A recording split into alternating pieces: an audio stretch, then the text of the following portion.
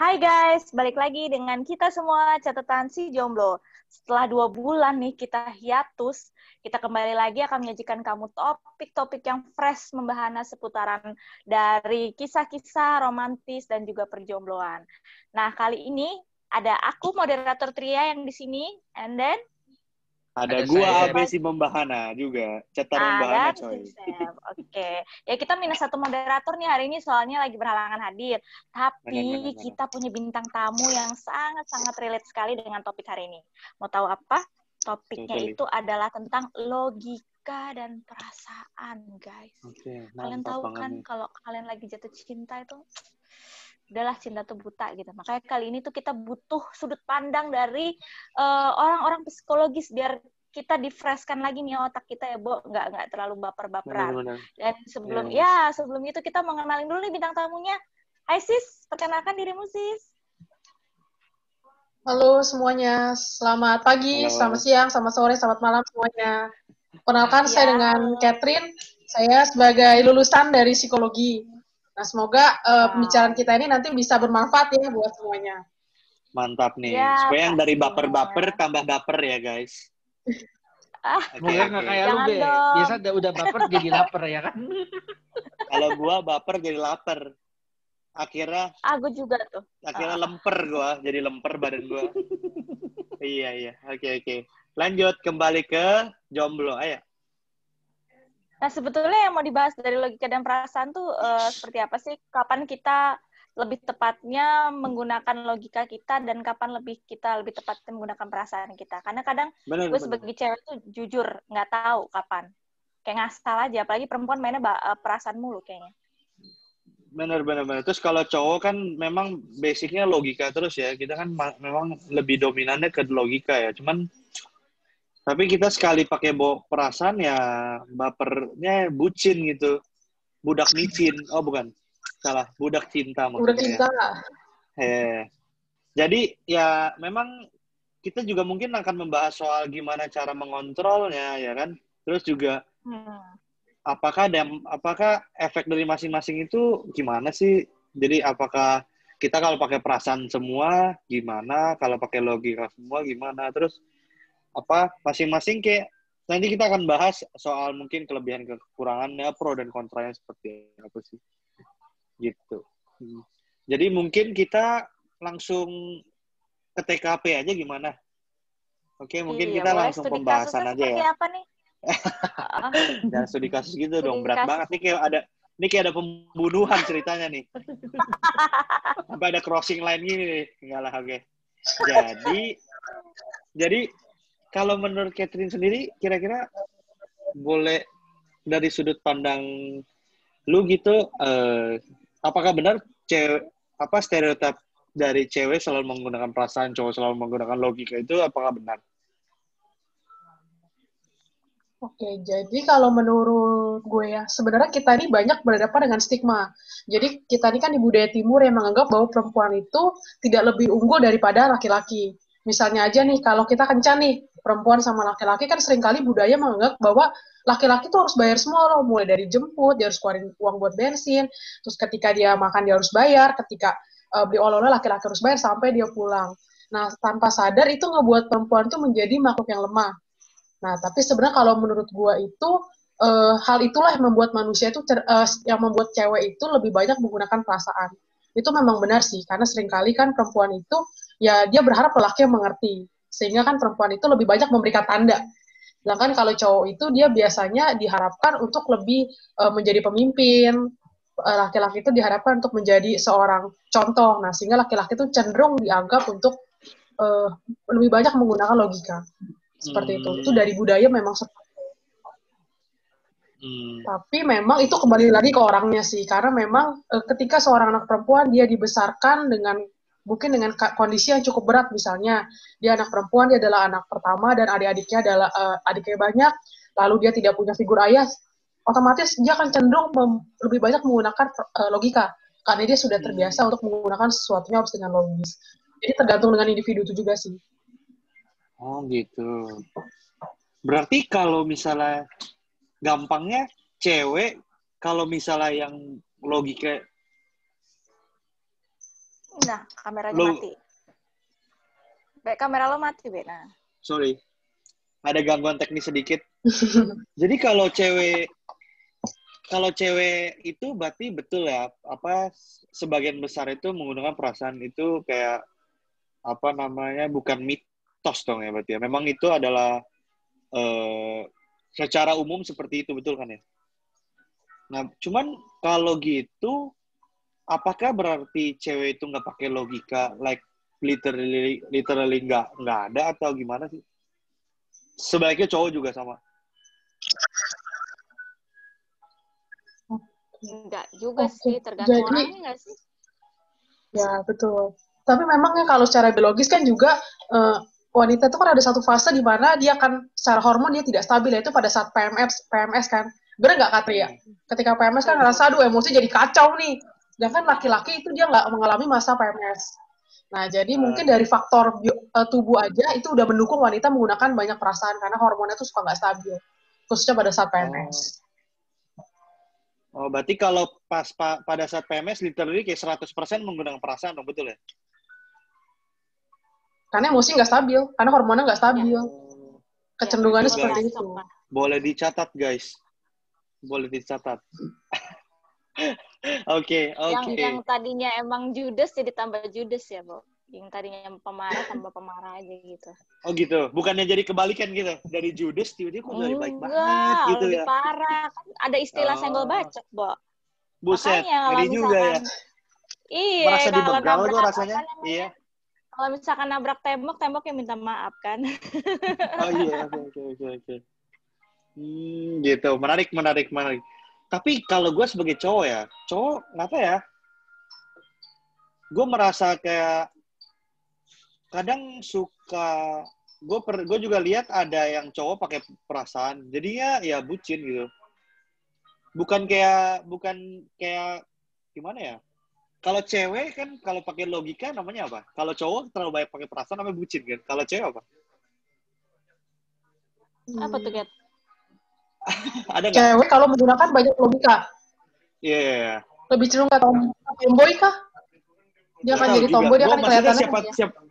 Maksud gue siapa tahu ada kayak istilah atau gimana gitu. Sebenarnya bukan sekedar cowok doang sih, cewek pun juga ada juga yang jadi bucin. Jadi nggak cuma melulu soal cowok sih menurut gue. Oh, jadi bucin itu. Karena gue pun juga dulu pernah di fase itu. Ya?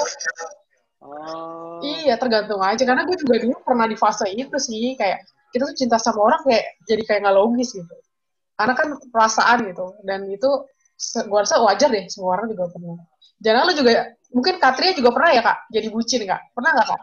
Jelas, zaman mudanya saya bucin abis. Oke.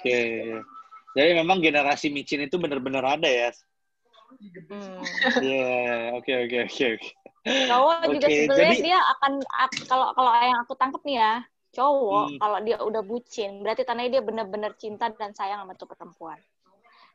Karena cowok kalau dia nggak begitu attach sama tuh perempuan, dia akan cenderung cuek dari masa bodoh gitu. Dari pengalaman gue ya, gue sebagai orang yang pernah digituin tapi sekarang gue ngerasain kebalikannya. Itu cowok kalau dia sangat-sangat perhatian, bucin banget, bahkan cenderung posesif tuh, berarti dia udah mainnya perasaan banget, dan itu tandanya dia bener-bener sayang. Ya nggak? Cowok berdua nih. Kayak gitu nggak, Be? Sam? Ya, tergantung cuek, ceweknya juga sih. Ya iya sih, tergantung ceweknya juga. Kadang ceweknya pikir kayak terlalu lebay sih kadang. Padahal sebenarnya ya kalau gitu. Benar. Kadang cewek suka bilang terlalu lebay, tapi sebenarnya kayak pengen bilang juga kayak kalau gue nggak ada rasa sama lu yang banyak, gue nggak mungkin kayak gitu ke lu. Gue juga ngapain peduliin lu gitu, anggapan gitu kalau ngomong gamblangnya gitu. Kayak ngapain gue kepoin lu gitu, ngapain gue cemburu gitu, kan aneh gitu. Kalau misalnya memang nggak ada itu kan, cuman memang kalau berlebihan itu memang betul nggak baik juga ya, kalau berlebihan. Tapi kalau misalnya boleh tahu nggak sih kira-kira kayak ada nggak ciri-ciri atau standar-standar kayak kira-kira kalau udah kayak gini tuh kalau udah kelebihan, contohnya kalau soal bucin, dan kalau misalnya kalau terlalu banyak pakai logika itu juga tidak baik gitu. Ada nggak sih kira-kira Catherine boleh share sedikit gitu? Oke, jadi mungkin gue lebih banyak juga menggabungkan apa yang gue pelajari sehari-hari sama apa yang gue dapat dari kampus. Karena kan gue cuma lulusannya satu nih. Nah, biasanya adalah ketika terlalu banyak menggunakan perasaan adalah ketika itu sudah tidak masuk akal sih. Jadi indikator adalah apakah hal itu masuk akal atau tidak. Gitu. Jadi indikatornya misalnya nih kayak seorang laki-laki deh, dia misalnya penghasilan lebih dari 20 juta. Dan dia memberikan seorang perempuan, ceweknya, pilihan gue rasa itu nggak apa-apa. Tapi jangan misalnya cowok yang mungkin gajinya hanya UMK, tapi dia memaksakan memberikan pacarnya berlian yang mahal gitu. Jadi indikatornya adalah masuk akal atau tidak. Kalau emang laki-lakinya mampu, ya kenapa tidak? Tapi yang nggak benar adalah ketika dia memaksakan untuk menunjukkan cintanya, itulah disebut budak cinta sih. Itu sih. Berarti same itu prinsipnya same apply to the woman.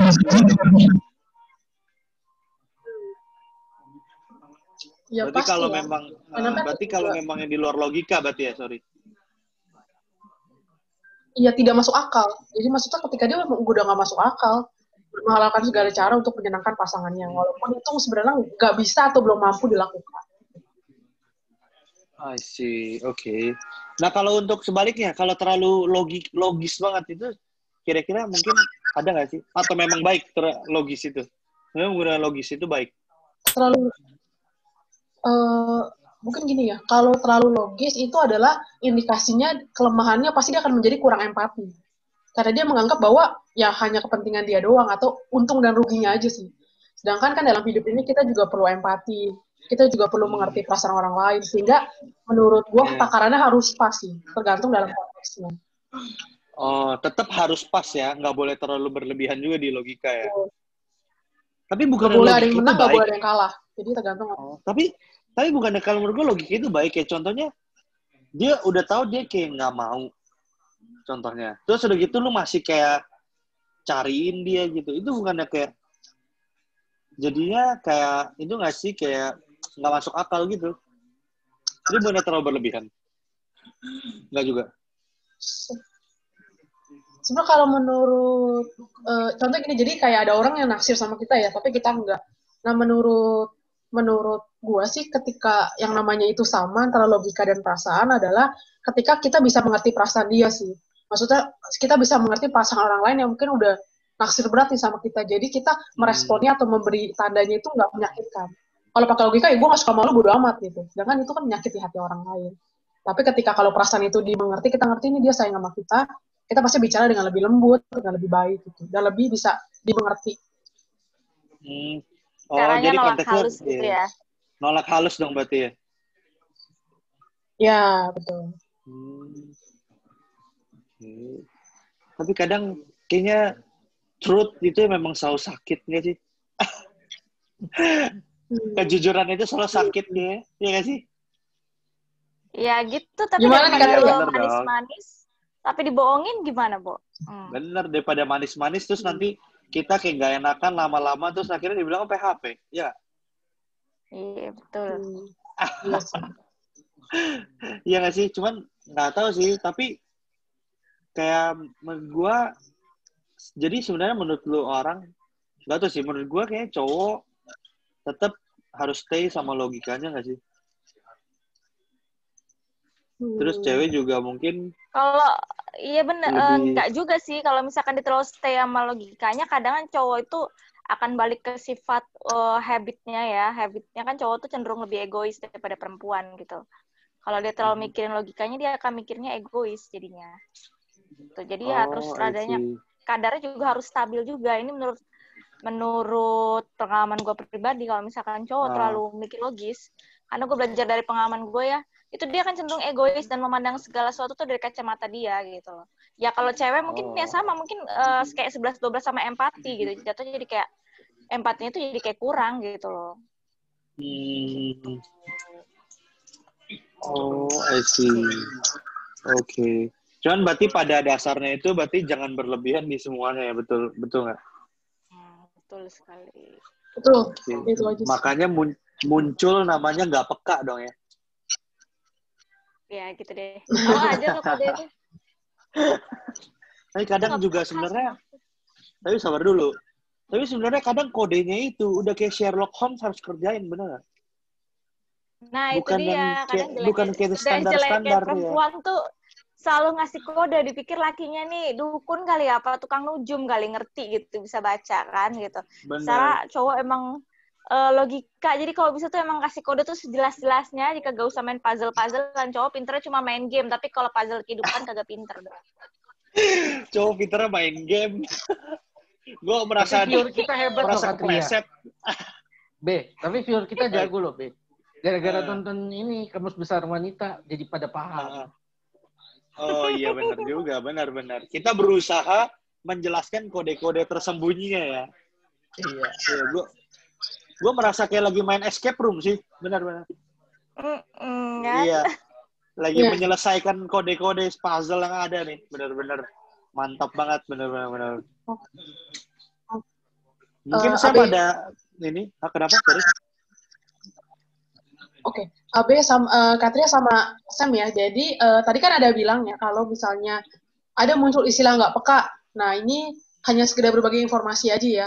Kalau misalnya setiap orang itu ada namanya 5 bahasa kasih. Jadi kita tuh harus tahu nih kalau misalnya nanti kita punya pasangan itu lihat bahasa kasihnya seperti apa sih. Jadi dia itu merasa disayang jika kita melakukan apa. Yang pertama adalah kata-kata apresiasi. Jadi ada orang yang emang dia senang dipuji. Nah, kalau kita misalnya punya pasangan yang memang dia senang dipuji, kita harus jangan pelit nih untuk memberikan pujian seperti, oh kamu cantik sekali nih, atau kamu terima kasih ya misalnya sudah menjemput aku, sudah apa. Kata-kata apresiasi itu penting. Yang kedua, ada yang namanya waktu berkualitas. Nah, biasanya kalau kita punya pasangan yang menurut dia waktu itu penting, akan sangat sulit sih untuk LDR. Karena dia harus menghabiskan waktu bersama, terus dia itu merasa bahwa ketika di dekatnya baru dia merasa dia disayang. Ketiga adalah hadiah. Jadi memang ada beberapa pasangan yang memang menuntut kalau sayang pasangannya harus kasih dia hadiah, harus kasih dia sesuatu. Nah, dan keempat itu adalah pelayanan, artinya dia senang dilayani, senang untuk bisa dijemput, atau senang ketika dia butuh sesuatu, pasangannya itu ada. Akhir adalah sentuhan fisik, jadi dia senang bisa digandeng, dia senang bisa dirangkul. Nah, jadi ini ada di Google sih sebenarnya. Jadi kita kalau punya pasangan juga, baik logika maupun perasaan, kita harus tahu nih, bahasa kasih pasangan kita tuh apa sih? Ada 5 itu. Jadi mungkin kalau bilang nggak peka ya. 5-5-nya ya. Pasti ada satu orang yang cenderung dia paling rasa disayang jika dilakukan apa. Pasti ada nomor satu yang dominan. Bukannya waktu itu lebih ke arah momen-momen ya? Iya, waktu itu momen. Jadi ketika harus bersama. Terus juga kalau dia ulang tahun mesti dirayain. Valentine diajak makan gitu. Jadi waktu berkualitas tuh bener-bener waktu itu penting banget. Lebih dari kata-kata apresiasi, hadiah, pelayan. We time ya namanya, we time ya, benar-benar. Bukan lebih ke we time, lebih kayak event-event, contohnya ulang tahun ibaratnya lu inget tanggal jadian atau apa gitu loh. Lebih ke momen. I see. Oke. Terus gue mau nanya Catherine, ibaratnya ada nggak sih orang bisa seimbang logika sama perasaan? Jadi bisa dibilang, ada yang bisa dibilang, gue nggak perasaan, gue nggak logika gitu loh. Jadi bisa dibilang seimbang. Okay. Kalau misalnya seimbang tuh gue belum nemuin penelitian yang lebih lanjut. Tapi lu tahu istilah kepribadian extrovert sama introvert gak? Yang extrovert dia lebih senang keluar. Introvert dia lebih di dalam, dia lebih kalau introvert tuh ketika ketemu orang dia capek, tapi kalau extrovert dia senang ketemu orang. Nah, ternyata ada penelitian psikologi, artinya ada lagi baru itu ambivert. Itu di tengah-tengah extrovert sama introvert. Jadi dia nggak terlalu senang untuk ketemu orang, tapi dia juga nggak keberatan kalau ketemu orang gitu. Jadi memang ada tengah-tengah sih. Tapi gue nggak tahu nih dalam perasaan atau logika ini apakah ada orang yang dia bisa tengah-tengah gitu. Kalau ambivert ada sih. Jadi kurang lebih kayak... Gue sih merasa gue ambivert sih. Gue ambivert. Jadi kurang lebih kayak 4 sifat orang utama dong. Kayak koleris, sanguin, dan lain-lain dong. Ya, ada karakter orang tuh ada yang... ini sudah informasi aja. Jadi kita penting nih tahu pasangan kita tuh tipe orang seperti apa sih. Ada namanya dominan. Dominan itu dia pengen jadi pemimpin. Dan dia itu suka berkata-kata dengan langsung. Jadi kalau dominan itu dia pengen pasangan... Dia akan seneng kalau punya pasangan tuh yang memberikannya kesempatan mau jadi pemimpin. Nah, biasanya laki-laki sih akan cenderung dominan ya, walaupun ada juga perempuan yang dominan.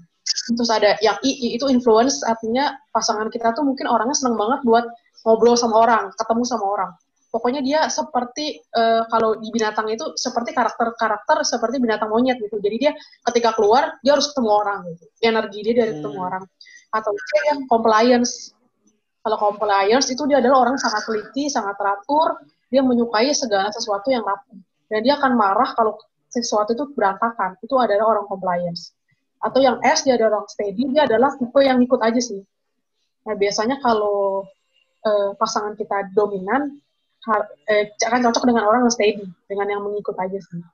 Jadi manusia itu memang unik, itu ada beberapa karakter dari manusia. Jadi tadi itu 4 karakter itu, baik cowok sama cewek itu sama juga? Dua-duanya itu ada? Ya, sama. Oh, betul. Okay. Berarti tadi dominan cocoknya sama steady? Betul nggak? Dominan sama steady, iya.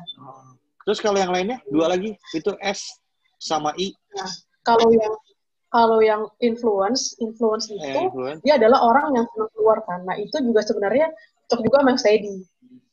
Tapi dia akan bentrok ketika dia punya pasangan yang compliance. Karena yang I itu cenderung suka pesta, suka nggak teratur. Jadi kalau dalam pasangan itu DIS itu paling banyak S. S itu bisa cocok dengan semua orang karena dia tipe yang steady, tipe yang mengalah, yang cinta damai. Nah, kalau yang C, compliance itu cocok sama compliance juga sih. Sama-sama teliti, sama-sama rapi. Gitu. Berarti ini kayak golongan darah ya, menarik. S itu kayak O ya? Ya, betul. Okay. S itu kayak, ya S itu. Jadi, hal ini juga digunakan dalam ketika, mungkin ini konteks terlalu jauh ya, ketika dalam bekerja. Jadi kalau misalnya, kebetulan gue juga HRD gitu di suatu perusahaan, kalau mau nyari karyawan, kalau kita mau nyari supervisor, mau nyari posisi akan menjadi leader, kita akan cari dominan. Orang-orang yang bisa diberi tanggung jawab. Tapi kalau kita mau cari orang marketing, orang yang senang ngomong, itu cari influence. Nah, kalau untuk pasangannya, itu memang kelemahannya dia agak susah terima komitmen. Karena dia suka kebebasan, itu adalah orang influence. Dia senang mempengaruhi orang, dan juga senang dipengaruhi orang. Gitu. Kalau kita mau cari orang bagian planning, bagian logistik yang rapi, kita akan cenderung mencari orang C, compliance. C. Okay. Tapi kalau kita mau cari orang yang admin, yang kerja yang admin, yang tidak terlalu tinggi jabatan, maksudnya jenjang karirnya akan lebih lama dari yang lain, lebih yang itu steady. Kalau yang tipe yang steady. Steady. Okay. Berarti yang tadi steady.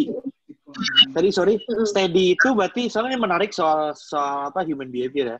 Kalau steady itu berarti cocok sama bisa cocok sama yang lain. Tapi kalau dominance dominance gimana?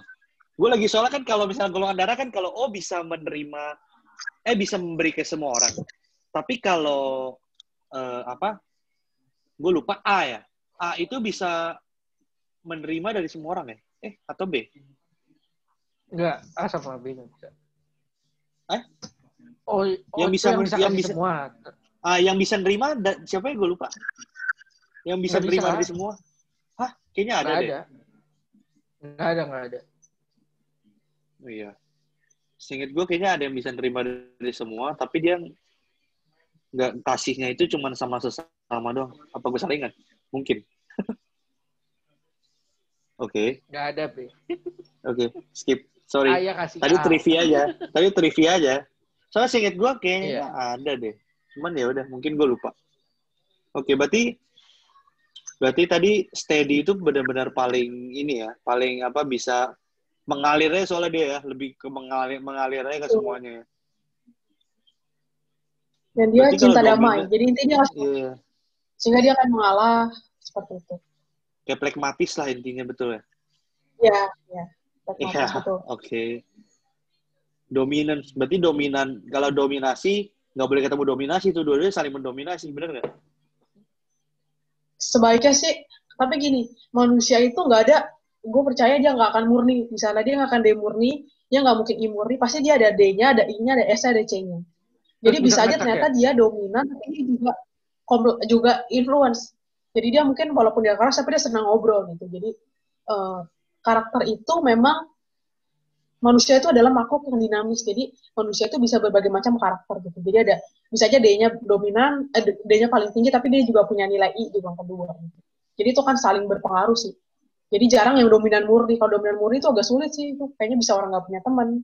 Gitu. Karena dia benar-benar jiwanya itu dia menganggap orang lain itu saingan. Itu dominan. Kalau dominan murni. Gue malah heran. Pas kemarin gue apply kerja kan sempat dapat tes begitu. Tuh keluarnya Iya, DCI. tes DIS-nya aku baru ngeh deh. Itu Iya. kayaknya tes DIS-nya tuh selalu deh. Aku keluarnya Iya. DIC. Itu Malah nggak ada C-nya. Kenapa, Sam? Lu apa? Sorry. Pas apply kerja malah keluarnya DIC. Jadi IBA-nya nggak mungkin cuma satu atau apa. Oh, DIC nggak ada S-nya ya? Nggak ada. Oh, gue pikir lu S. Ada tuh tesnya gue DIS. Gue pikir lu S. Menarik juga. Itu dia malah gue. Oh. Kalau gue, jangan-jangan gue ada S-nya lagi. Tapi gue merasa gue kayaknya nggak ada. Nanti gue kasih coba kuisnya ke lu dah. Berapa soal nih? Waduh, udah kayak ujian gue. Menarik. Oke. Tapi itu sama INPF itu sama nggak sih? INFP. INFP. MBTI ya? Keselim. Iya. MBTI. Benar-benar. Itu sama nggak sih? Sebenarnya kalau MBTI, sebenarnya alat psikologi itu sama, dia ngukur kepribadian manusia. Tapi kalau MBTI dia ada 16 karakter. Jadi kalau DIC dia hanya menjadi 4. Jadi beda lah. Ya ngukurnya sama sih, behavior juga, tapi indikatornya beda. Jadi beda pengklasifikasinya aja ya? Ya.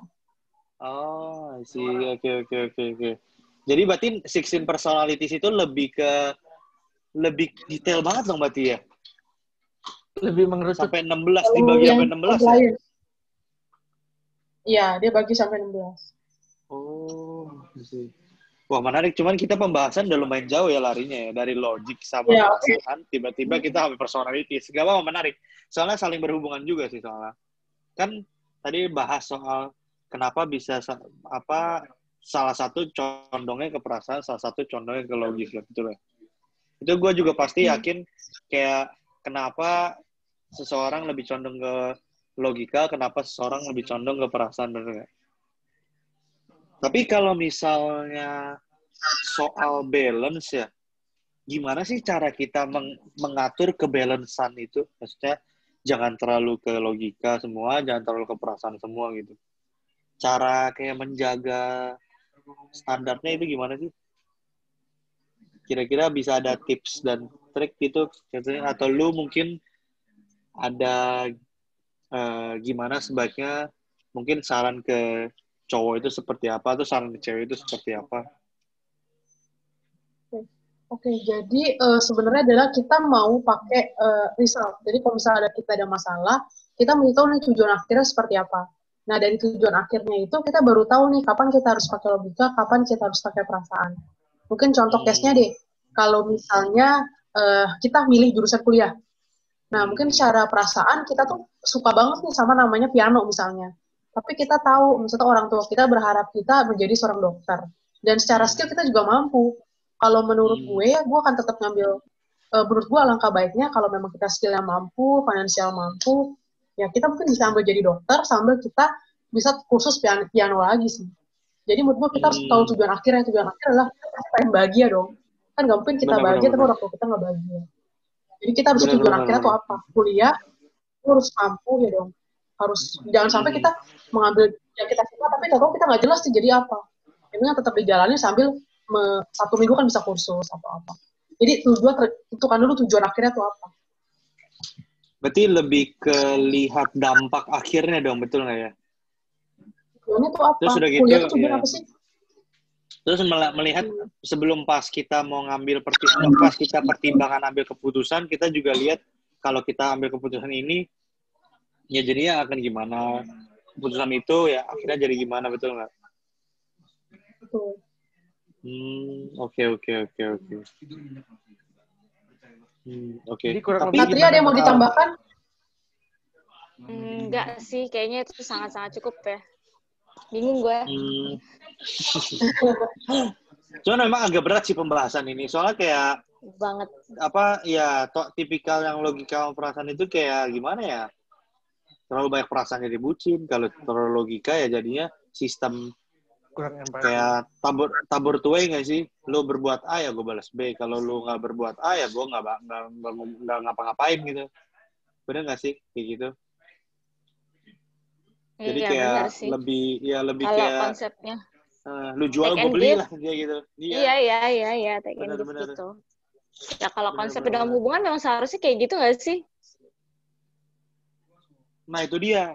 Itu kayaknya, nah itu kan ada di mana fase sebelum berhubungan, pas dan pada saat berhubungan ya nggak? Nah kira-kira mungkin kalau menurut lo orang semua pada saat sebelum berhubungan itu konsep apa sih yang sebenarnya masih diterapin lebih baik gitu? Apakah konsep take and give baru setelah udah jadian baru diubah tuh konsepnya dari take and give berubah jadi yang lain, atau mungkin ada apa cara lain mungkin yang menurut lo orang itu lebih betul lebih kayaknya lebih pas gitu. Kalau gue, karena gue sekarang baru menjalani sebuah hubungan ya, waktu gue sebelum jadian sama pacar gue sekarang, itu gue dulu logika mainnya, nggak main perasaan. Karena gue berkaca dari pengalaman-pengalaman gue kemarin yang gue disakitin gitu-gitu. Jadi kan orang kalau terlalu sering disakitin pasti insecure-nya tinggi kan, gitu.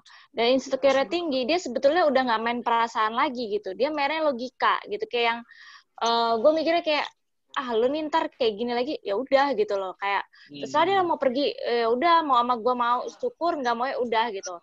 Jadi pada saat gue kayak gitu, ya mungkin dia menunjukkan bukan mungkin, dia pada akhirnya dia menunjukkan keseriusannya kalau memang dia mau berhubungan sama gue. Nah pada saat dia mengajak komitmen, baru gue rubah mindset gue dari yang tadinya logika banget nih. Logika banget itu gue kayak mikirnya gini, kayak take and give aja, mesti kayak gini, gimana ya, kayak give it all aja deh, udahlah gue jalanin aja kayak air mengalir gitu kan. Tapi nggak mau gue bawa baper, karena kalau gue bawa baper, gue pasti akan balik lagi ke insecure gue. Tapi kayak gue dibawa santai, gue menggunakan logika gue, jadi kayak yang ya udah kalau memang lo sama gue takdirnya jadian, kita ada berhubungan ya oke. Tapi kalau misalkan enggak, ya berarti kan kita PDKT ini nggak cocok, ya bubar gitu. Ternyata pada saat gue sama dia PDKT, cocok, kita jalanin. Baru dari situ gue rubah mindset gue ke take and give. Kalau gue sih kasusnya kayak gitu. Sih ngerti. Oke. Mungkin dari Sam atau Catherine ada pandangan tersendiri atau memang sama dua-duanya? Kalau dari gue sendiri, gue punya pengalaman bisa dibilang sempat fase bucin yang bisa dibilang ya 4 tahun jalanin tapi bisa dibilang ya nggak ada hasil. Ya bisa dibilang ya pertama gitu, kalau ibaratnya kalau kita belum siap logika atau apa, matengin salah satu, nggak bisa yang namanya seimbang atau apa. Kalau kita seimbang, seakan kita mau jadi perfeksionis. Jadi kalau bisa dibilang, kalau mau ambil kesimpulan, lu mau feeling, ya dominan di feeling itu. Jangan namanya mau seimbang atau apa, itu namanya egois. Oke, jadi itu lebih ke take and give juga dong berarti ya, sebelum fase berhubungan, bener nggak? Kalau gue lebih, kita berubah ya sebelum fase hubungan. Jadi ibaratnya kita tahu pasangan kita seutuhnya gitu loh. Kalau berarti bukan take and give dong? Baru berubah. Jadi kalau lu itu memang dari awal itu ya bukan take and give, tapi lu yang berubah dulu gitu. Lu yang ngertiin pasangan lu dulu, betul kan? Betul. Jadi sebelum lah. Oke. Kalau Catherine mungkin beda lagi atau yang mana nih? Soalnya menarik, ada dua pandangan yang berbeda. Jadi kan kalau menurut gue tuh pakai pengalaman nih. Jadi pertama tuh adalah ketika kita dekat sama gue deh, misalnya ketika gue dekat sama cowok, pasti kan gue pengen yang pertama adalah chemistry, apakah bisa ngobrol atau enggak. Nah ketika chemistry-nya itu udah ada, gue akan coba kenalin dia sih. Dan pertama gue akan lebih banyak menggunakan perasaan dulu kalau gue. Oh apa sih yang dia mau, apa sih yang dia nggak mau gitu. Tapi ketika sering berjalannya waktu, baru gue akan main logika gitu. Kira-kira kalau dia bisa nggak ya untuk jadi calon bapak gitu. Dia bisa nggak ya untuk lebih serius gitu. Jadi pertama gue akan perasaan, tapi ketika hati gue bilang, oke, gue kayaknya boleh nih sama ini cowok, atau gue pengen nih punya mimpi sama ini cowok, baru logika gue. Apakah dia bertanggung jawab dalam studinya, dalam pelayanan dia, atau dalam apapun yang dia kerjakan. Tapi kalau enggak, ya enggak. Jadi gue perasaan dulu baru logika. I see. Jadi ini juga beda lagi ya berarti ya. Setiap orang punya pemahaman beda-beda, Pi. Oke. Jadi ini nggak ada ilmu umumnya ya, berarti ya, benar. Nggak ada ilmu umumnya ya. Oke. Jadi memang variatif juga ya masing-masing jawabannya. Berarti tapi pada intinya bahwa jadi ya mungkin lebih ke jadi diri sendiri, bener nggak sih? Ya, senyamannya kita aja. Oke.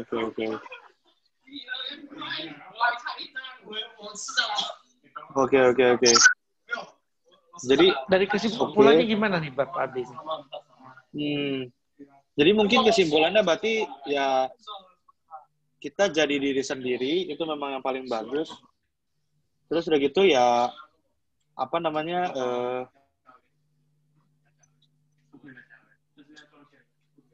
kalau gue bilang sih ibaratnya kita tetap jadi diri sendiri. Mau dengar kata orang lain tuh ambil hikmah positifnya, tapi jangan ibaratnya mengabaikan hal yang negatif. Kadang soalnya hal negatif itu yang membentuk kita untuk menjadi ke depan. Kalau gue bilang. Oke, benar. Ya whatever apa kayak mungkin benar yang tadi maksudnya kayak jadi diri sendiri itu supaya memang kalau kita jadi orang lain itu kayak kita jadi bikin fake gitu nggak sih? Jadi kayak ya, jadi topeng orang pun jadi topeng. Benar-benar jadi orang kayak nih kok lu berubah gitu, bener nggak sih? Betul. Benar. Jadi ya tetap be yourself. Jadi mau baik pakai logika atau perasaan itu mungkin sama aja, tapi lebih ke mengontrol aja kan ya, bener nggak sih? Lebih jadi bisa mengatur. Tapi kadang memang perasaan itu susah dikontrol sih. Menurut gue sih susah sih. Awalnya kayak kalau gue terlalu biasa, gue memang pakai logika sih. Logika gue jauh lebih condong. Ketika gue pakai perasaan, itu kayak jauh banget sih rasanya. Maksudnya kayak susah dikontrol sih menurut gue. Jadi kayak lebih baik ada balance-nya sih menurut gue. Gitu sih. Oke, mungkin kayaknya untuk minggu ini kita wrap sampai di sana. Nanti pastinya ada lanjutan lagi. Cuman kata-kata terakhir mungkin Catherine ada bisa tambahin buat buat penutup supaya penonton lebih ngerti secara kita pembahasan. Tadi pembahasan kita soalnya cukup berat ya. Oke, jadi logika itu adalah ketika kita berbicara untung rugi. Jadi kalau gue lakukan ini apa sih dampaknya buat gue? Kalau gue nggak lakukan ini apa sih dampaknya? Apa sih yang nggak akan gue dapat? Sedangkan kalau perasaan itu bicara tentang apa sih yang membuat hati kita tuh ngerasa nggak terbeban. Nah, jadi mau logika atau perasaan itu kembali ke diri kita masing-masing. Karena manusia itu adalah unik, jadi nggak ada benar atau salah, tapi kita harus siap dulu konsekuensinya. Jadi kita harus paham dulu, sebaiknya adalah apa sih tujuan akhir yang kita mau. Contohnya kayak tadi, ketika kuliah, ya kepengen untuk menyenangkan orang tua, gitu, atau untuk bahagia. Jadi memang pastikan lu tahu tujuan akhirnya, baru nanti lu bisa tentuin caranya, apakah lebih dominan perasaan atau lebih logika, dan harus siap konsekuensinya. Jadi tetap ada kita percaya tentang konsekuensi kita sendiri ya, apapun yang terjadi. Oke. Thank you banget Kat buat waktunya. Terima kasih. Kita bahas keren banget. Walaupun memang mungkin berat banget, jadi viewer nanti mungkin kita bisa, kalau mungkin ada yang mau nanya bisa tulis di komen ya. Nanti kita bantu jelasin. Terus jangan lupa jawab lagi di episode selanjutnya nanti bisa. Benar. Terus jangan lupa like, share sama komen ya, guys. Kalau misal subscribe guys. Ya, sangat berarti banget buat kita nih guys. Jadi thank you banget udah dengerin kita ngobrol sampai sekarang, sampai selama ini. Oke, mungkin kita akan see you guys next week. Oke guys. Dadah. Tentunya topik-topiknya menarik juga. Bye-bye. Bye.